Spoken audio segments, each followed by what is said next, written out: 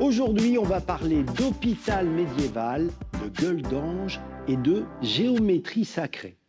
Direction Montmorillon, un joli village situé dans le département de la Vienne.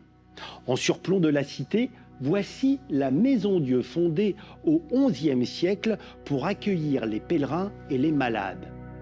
Un immense ensemble religieux, l'un des plus importants du Limousin, avec de nombreux bâtiments comme cet hôpital-monastère ou encore cette église romane aujourd'hui désacralisée.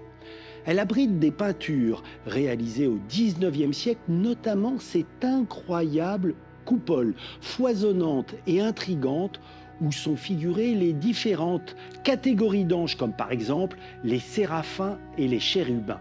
Une représentation religieuse aussi rare que remarquable. Mais le monument le plus étonnant, le voici, l'octogone. Il s'agit d'une chapelle aux morts élevée dans le cimetière au XIIe siècle, de forme octogonale, c'est-à-dire avec 8 angles. Ce lieu dédié au culte funéraire compte 2 niveaux. La chapelle principale, où les croyants venaient prier leurs morts, puis en dessous un ossuaire que l'on rejoint par un petit escalier. Une grande cave voûtée où l'on entreposait les ossements des défunts dans l'attente du jugement dernier. Ce monument si particulier nous plonge dans la géométrie sacrée du Moyen-Âge, car symboliquement, cette forme, avec 8 angles, permet le passage entre le carré représentant la terre, l'humain, et le cercle, le ciel, le divin.